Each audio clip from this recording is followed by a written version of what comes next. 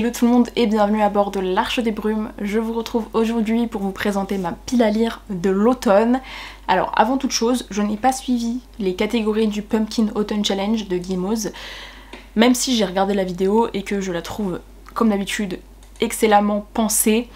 Mais j'avais un peu la flemme en fait de mettre le nez dans les catégories et de faire correspondre les livres avec les catégories données, alors que je pense que sincèrement, vu la pile, j'aurais largement pu les faire rentrer. Peut-être que finalement j'aurai moins la flemme d'ici quelques semaines et que j'essaierai de voir si ça correspond. Et pour le moment je ne l'ai pas fait. Par contre je me demandais si ça vous intéresserait d'avoir une vidéo spécifique sur des recommandations en lien avec les catégories du Pumpkin Autumn Challenge. Peut-être pour vous donner quelques idées, puisqu'on est quand même sur un challenge qui dure pendant 3 mois, donc j'imagine que d'ici à ce que cette vidéo sorte, peut-être que vous aurez encore besoin de quelques idées. N'hésitez pas à me dire en commentaire si ça vous intéresserait, parce que je suis largement capable de reprendre toutes les catégories pour vous et de vous faire des recommandations basées sur les catégories. N'hésitez pas à me redire. En tout cas, je suis ici pour vous présenter moi les livres qui me tentent pendant la période d'Halloween et pendant la période de l'automne d'une manière générale. Je vous ai parlé de certains des livres la semaine dernière dans le book haul, donc vous allez les revoir. Je les ai mis à la fin justement pour pas faire trop redondant.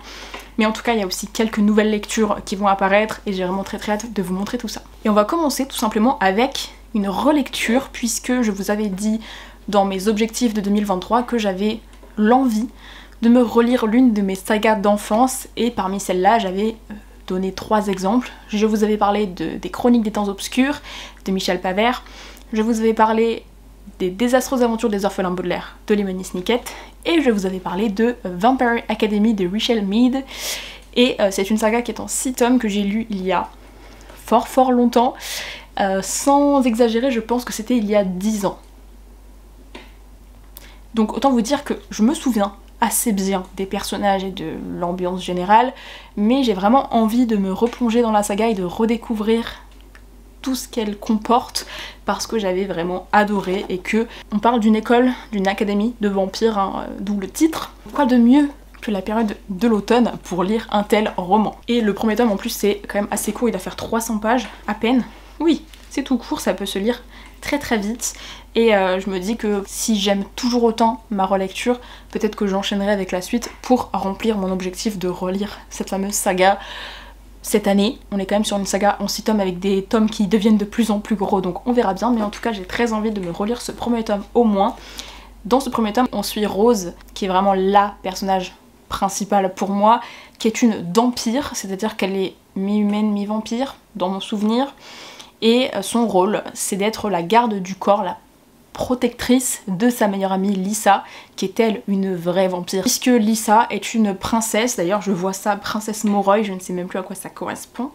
En tout cas, Lisa est plutôt menacée, et on va suivre du coup ces 2 jeunes filles évoluer au sein de l'académie, et il va y avoir des péripéties. Je me souviens qu'il y avait une histoire d'amour à pas piquer des hannetons, franchement, j'ai très hâte de me replonger dans cette histoire, qui est vraiment pour moi l'un des classiques de la bitlit, et en particulier des romans autour des vampires. N'hésitez pas à me dire si vous avez vous aussi lu cette saga, fut un temps. J'ai vu qu'ils avaient sorti des nouvelles éditions en poche d'ailleurs, peut-être que vous avez lu la nouvelle version poche. On enchaîne avec l'un de mes auteurs favoris de cette dernière année, de ces dernières années. Ça fait 1 an et demi que je l'ai découvert avec La Maison au milieu de la mer céruléenne. Je parle évidemment de TJ Klune, et je vais lire du coup Ravensong, qui est le tome 2 de Wolfsong. Je l'avais lu en audio et vraiment je garde un super souvenir de cette lecture.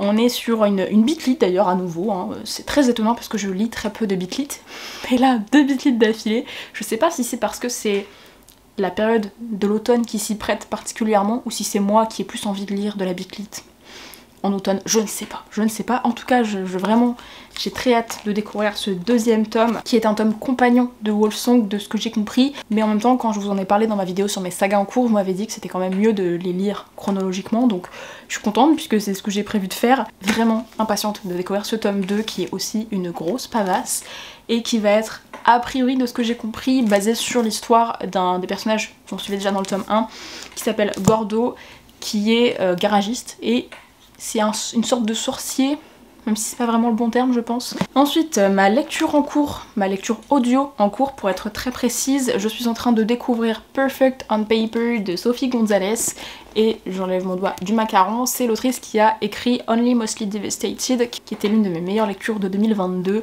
Donc bien sûr quand j'ai acheté celui-là j'avais très envie de voir ce que Sophie Gonzalez pouvait proposer d'autre.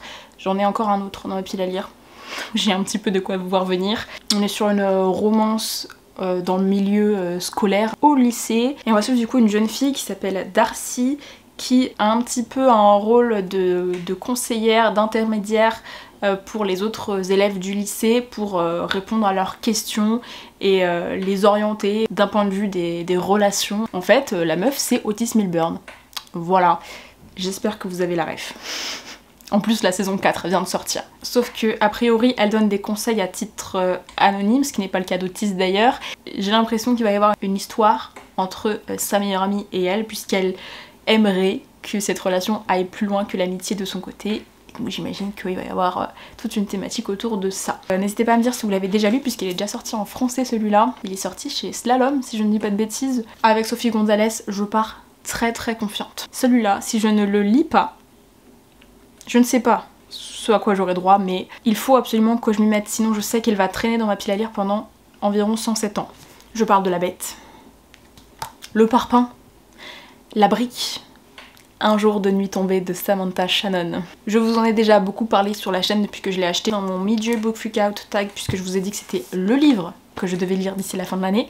C'est la raison pour laquelle si je ne le lis pas, honte à moi, honte à moi. Donc il s'agit du préquel du Prieuré de l'Oranger qui était l'une de mes meilleures lectures de l'année 2020. Donc ça va faire 3 ans que j'ai lu le deuxième tome, c'est pas vraiment un deuxième tome puisque là c'est un préquel, si vous avez compris. J'ai vraiment entière confiance en Samantha Shannon qui est une autrice que je trouve vraiment très forte, très forte pour créer des bons personnages, des bonnes intrigues. J'ai lu plusieurs livres d'elle et à chaque fois je n'ai pas été déçue. Je le sais, il est tellement énorme qu'en fait il fait un peu peur sur les étagères. Moi je l'ai enlevé là, vous l'avez... Si vous avez l'espace qu'il a laissé, il est rangé là. Quand tu l'enlèves de la bibliothèque, tu as l'impression qu'il n'y a plus de livres dans ta bibliothèque. C'est faux, n'exagérons rien, cette bibliothèque est beaucoup trop remplie et trop chargée. Bref, j'ai hâte de le lire, je ne sais pas de quoi il en retourne vraiment, si ce n'est qu'on va retrouver le même univers que le Prieuré de l'Oranger et que rien que ça... Je signe, je signe. Ensuite, on va partir sur une lecture dont je ne sais plus grand chose puisque je l'ai acheté il y a quelques temps. Et je me suis procuré le tome 2 il y a peu de temps, il est juste derrière moi.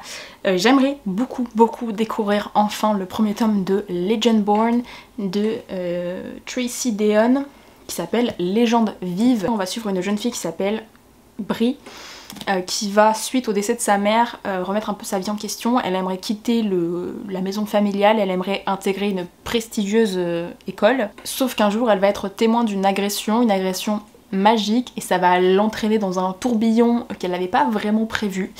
Et c'est une histoire dont j'ai entendu parler tellement en bien depuis qu'elle est sortie en français, et d'ailleurs j'en ai aussi entendu parler sur la blogosphère anglophone et c'était pareil, c'était vraiment des avis assez dithyrambiques et les gens ont souvent des coups de cœur en fait pour cette histoire, donc je suis hyper impatiente de le découvrir. En plus j'ai le tome 2 qui m'attend, donc je pourrais enchaîner ou pas, on se connaît. Donc on est vraiment sur du fantastique pour le coup, avec des créatures maléfiques. Encore une fois je trouve que le fantastique c'est vraiment le genre parfait pour Halloween et pour la période d'automne d'une manière générale, puisque le côté société contemporaine moderne avec des éléments sombres, des éléments magiques, des éléments maléfiques, c'est parfait pour la saison. Et ensuite on passe sur les 4 lectures que je vous ai déjà présentées la semaine dernière mais qu'on va rebalayer hein, quand même pour le plaisir. Je vais lire le premier tome de cette saga, Duologie.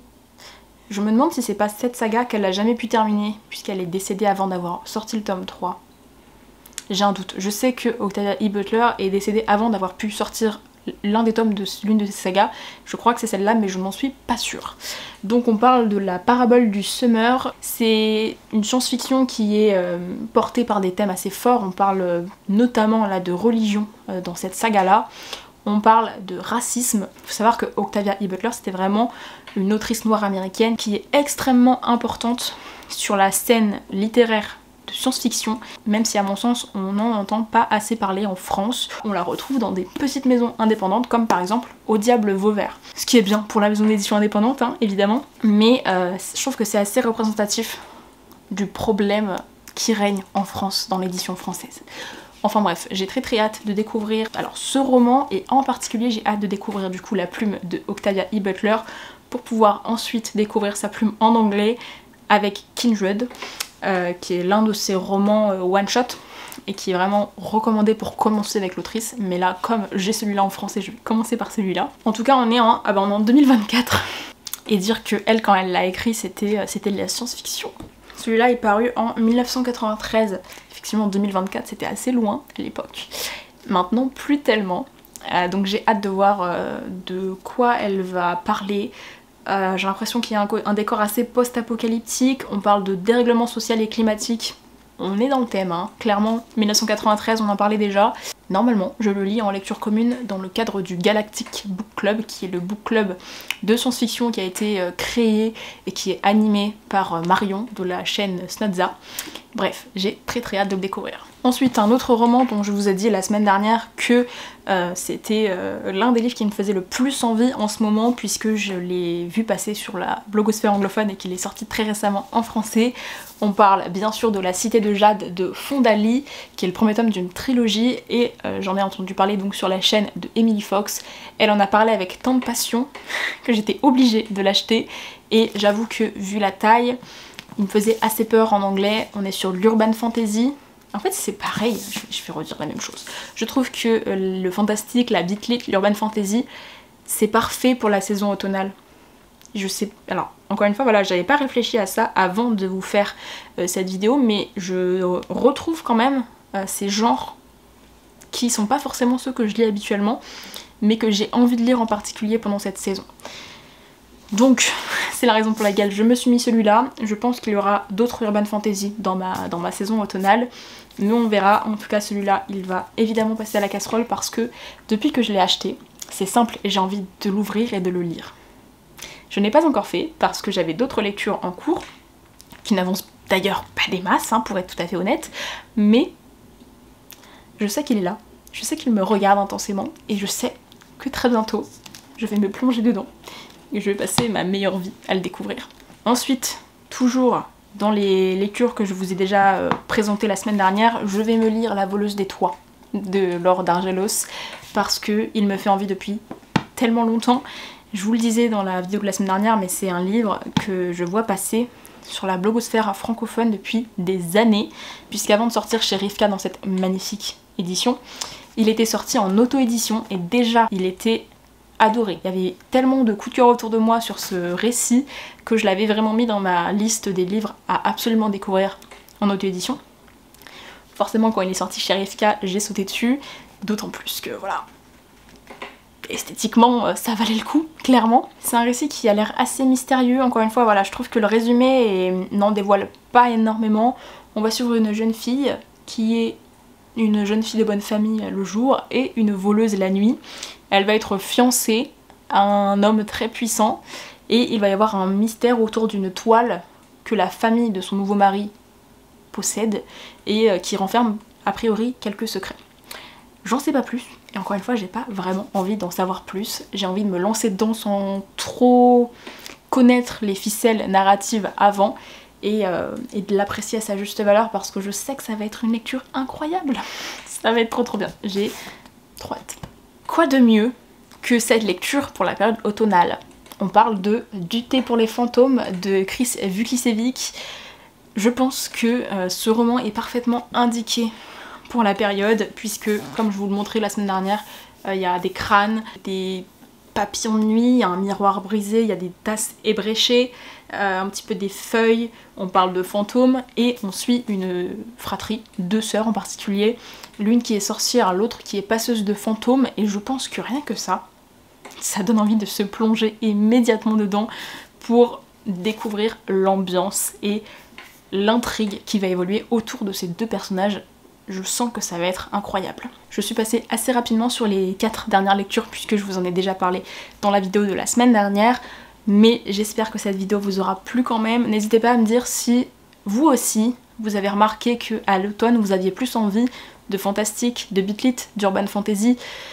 Voilà, c'est encore une fois pas les genres que je lis habituellement, ou en tout cas de manière très très ponctuelle, mais en automne, quand il fait un peu plus froid, qu'on arrive dans cette période un petit peu particulière avec les feuilles mortes par terre, avec l'approche d'Halloween. Je trouve que c'est une période assez particulière de l'année qui suit la rentrée, c'est toujours une période assez charnière. Je trouve que c'est parfait pour lire des romans avec des éléments fantastiques dans des univers assez modernes. Je ne sais pas ce que vous en pensez, mais en tout cas c'est mon cas et je suis trop contente de pouvoir découvrir ces lectures dans les prochaines semaines. Comme d'habitude, n'hésitez pas à me dire si vous avez déjà lu ces livres ou si certains de ces livres vous tentent. De mon côté, je vais aller me faire une petite boisson chaude, parce que j'ai un peu mal à la gorge après avoir tourné 2 vidéos. Avec un bon livre. D'ailleurs, je me demande si je vais pas commencer l'un de cette pile, parce que je suis dans une lecture en cours à l'heure actuelle, papier qui ne me convainc pas des masses. Donc peut-être que je vais me tourner vers autre chose pour le moment. En tout cas, j'ai envie d'un univers un peu cosy pour me lancer dans cette pile à lire automnale. N'hésitez pas du coup à me dire, hein, comme je vous disais en début de vidéo, si vous avez envie d'une vidéo recommandation sur le Pumpkin Autumn Challenge en partant des catégories du challenge. Et là-dessus, je vous souhaite de très très belles lectures et je vous retrouve très bientôt à bord de l'Arche des Brumes. Ciao!